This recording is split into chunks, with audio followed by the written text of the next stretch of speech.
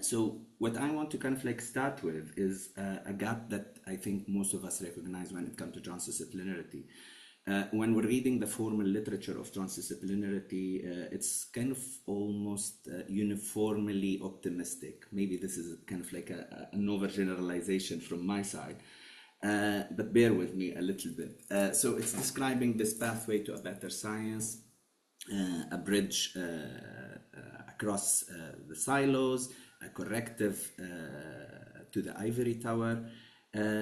But when we go to conferences, when we're chit-chatting around over coffee break, we hear something a little bit different, like this frustration with some of the contradiction, with some of the story of integration or collaboration that never happened or happened, and it has its challenge. So my argument today in this presentation will be from an observation of the literature and a dynamic within some project of transdisciplinarity that we're involved in. I'm arguing that this gap or this mismatch sometime between the theoretical and the practice of transdisciplinarity is not an incidental gap.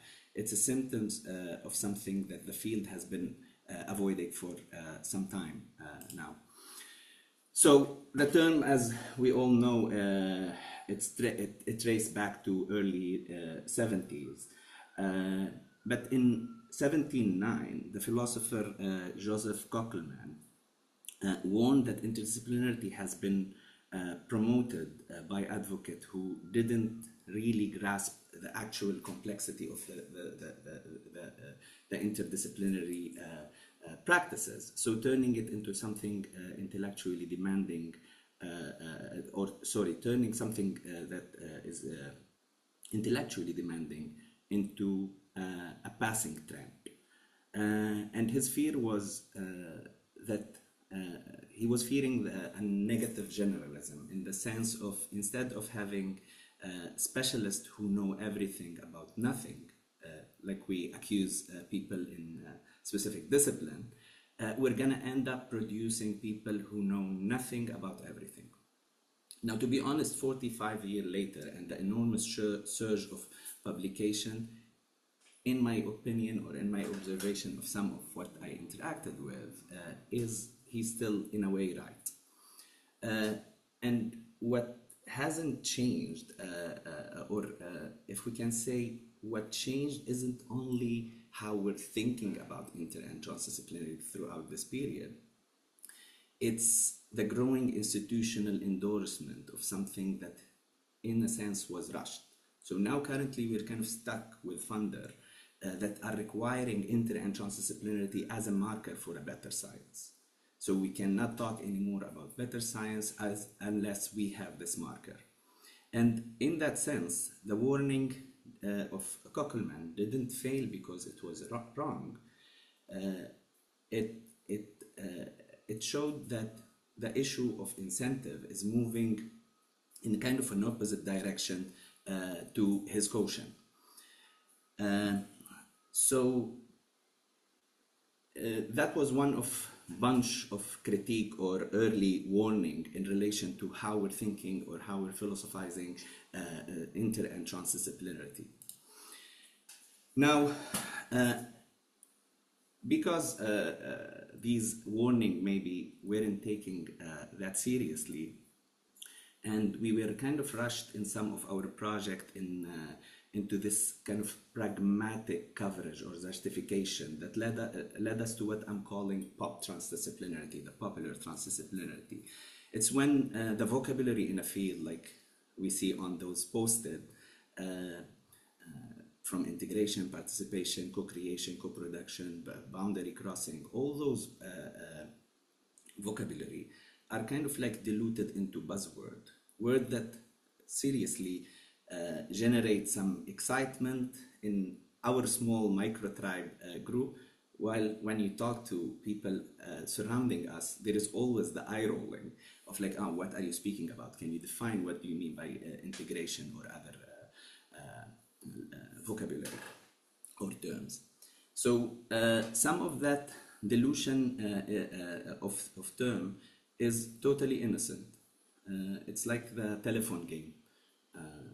an idea passes from a paper to another one, losing precision while it's hopping. And this is what we can see if we trace how the term inter and transdisciplinarity was dealt with the book that most of us refer, that was published in the 70s by OECD, where the first time we saw the word transdisciplinarity was coined in an explicit work. But another part of these development might be not fully innocent, and this is where I see part of observing or researching on how research is being done, or also observing how we're assessing and evaluating, bring meaning in, or bring some interrogation to how we're doing transdisciplinarity. Oh, sorry. But that doesn't mean I don't appreciate sometimes the looseness or the flexibility of some terminology, because this also, like Anna Sophie said, and also like it gives us a little bit of flexibility to adapt those terms into specific context.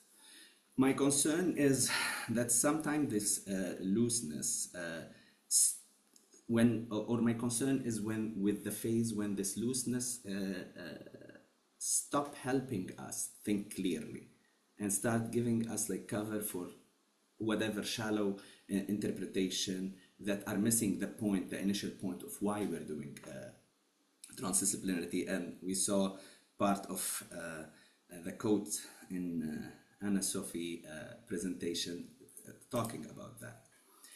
Now, not to just present or to talk in vague terms, I would like to kind of like maybe focus on looking on integration. I know the slide is saying a little bit of a harsh sentence, integration as a gesture, but it's one of the major terms in transdisciplinarity. Yet, and rightly so, it's extremely difficult to define. Now, its gesture or what we see practically is what we usually are dealing with. And today, it is difficult not to have the feeling when we're looking into the majority of our transdisciplinarity practice, not to see that they are centered around pulling more share to the table. So usually we see integration start by blurring into a sense of negotiation, collaboration, consensus making between whoever is on the table. While we know, all of us, and I think a lot of us wrote about that this, without confronting who is setting the agenda, who bear the labor in translating those knowledge system, who is expected to do the work, it's without answering those questions. Integration is a kind of like a blurry word in that sense. And we see parallel to that in the market economy when we stripped Adam Smith's concept of the invisible hand from its theoretical, theological, and moral grounding. It became a justification that almost anything about the market outcome can be justified because of it. So I'm seeing a little bit of that happening, or similar thing happening with Pop-Transdisciplinarity. It's treating this co-creation platform as a neutral arena where diverse interests just self-organize into the good outcome. Participation is most of the time being mistaken to equality.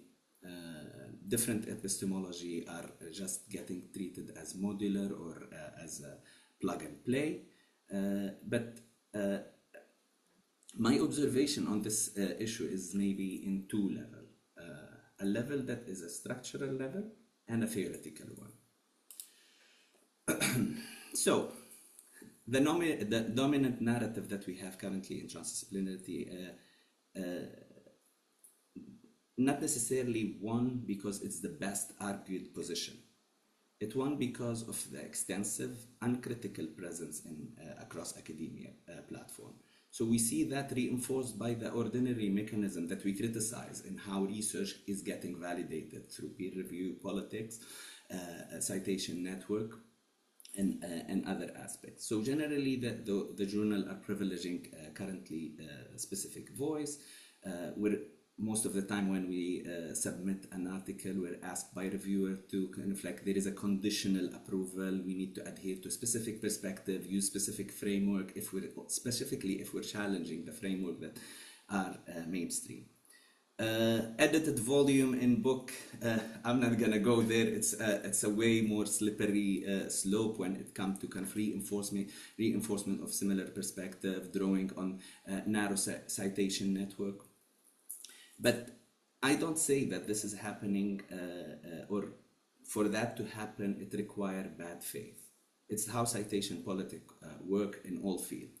And it's contagious. It's the transdisciplinary field. It didn't create a system to immune themselves from this issue. But the cumulative effect of what's happening might be kind of like overshadowing some different framing. And the trouble really starts for transdisciplinarity is when we're constantly pushing the rushed, good enough version. Usually this is justified by, we interviewed a couple of people, let's call it empirical grounded research, without real engagement with the deeper philosophical question, or instead of it, we're kind of like looking for something that can sell in publication or can kind of secure the next project.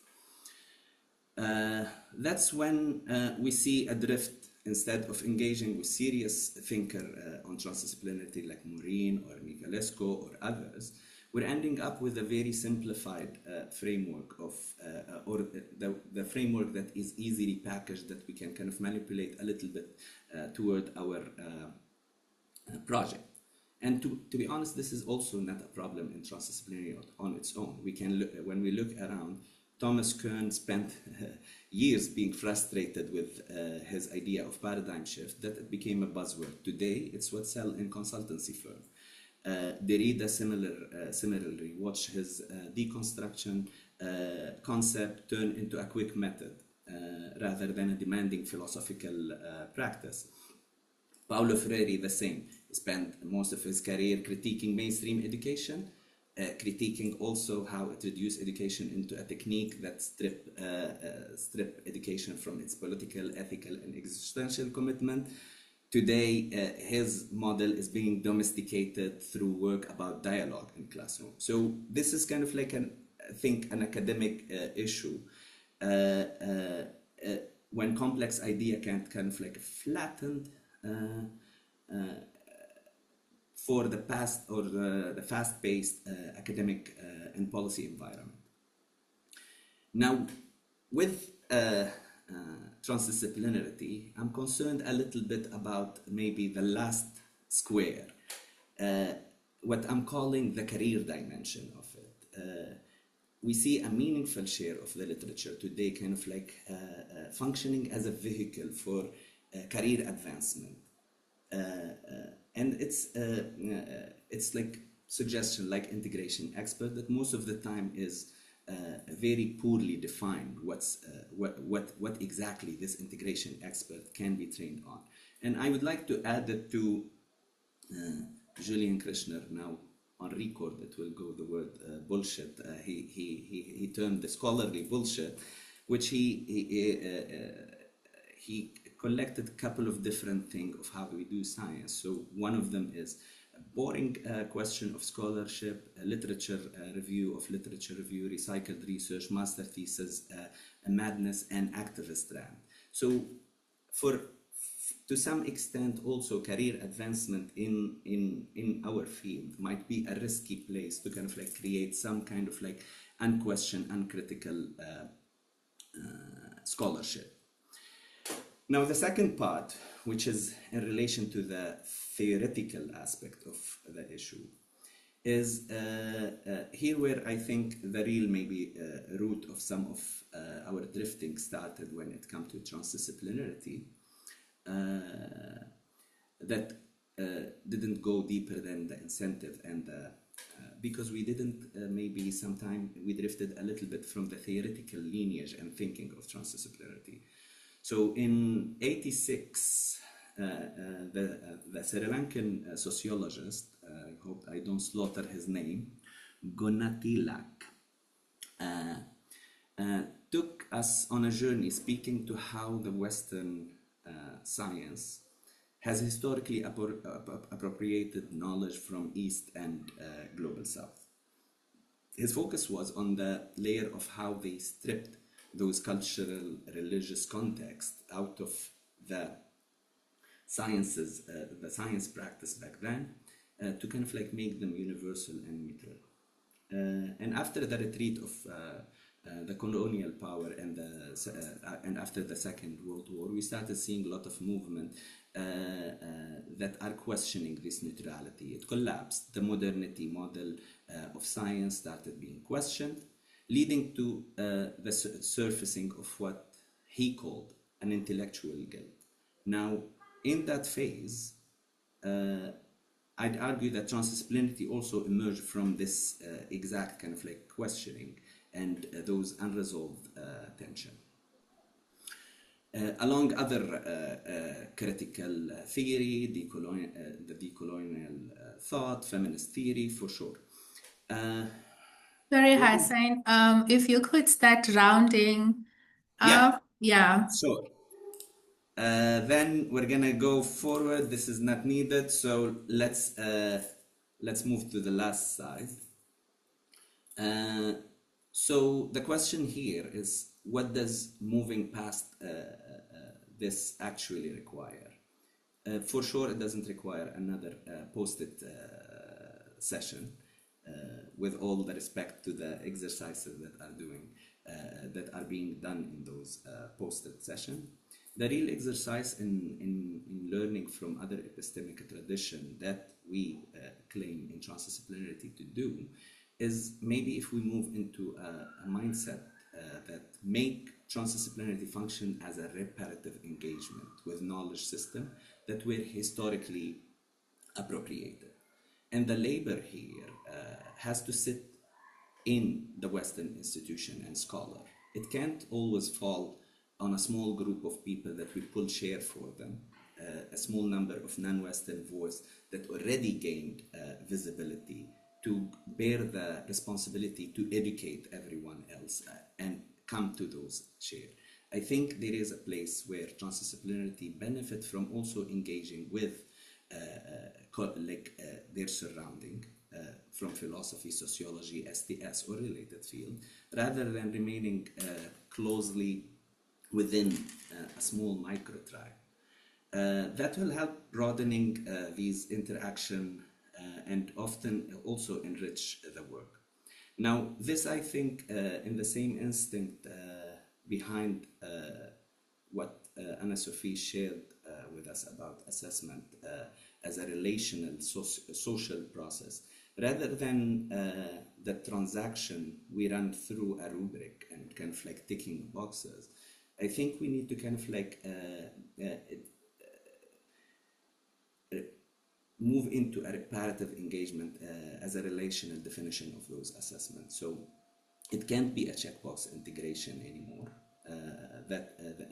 It requires actually sitting with the people over time and disagreement. And she was giving the example of maybe walking together or having a dinner together.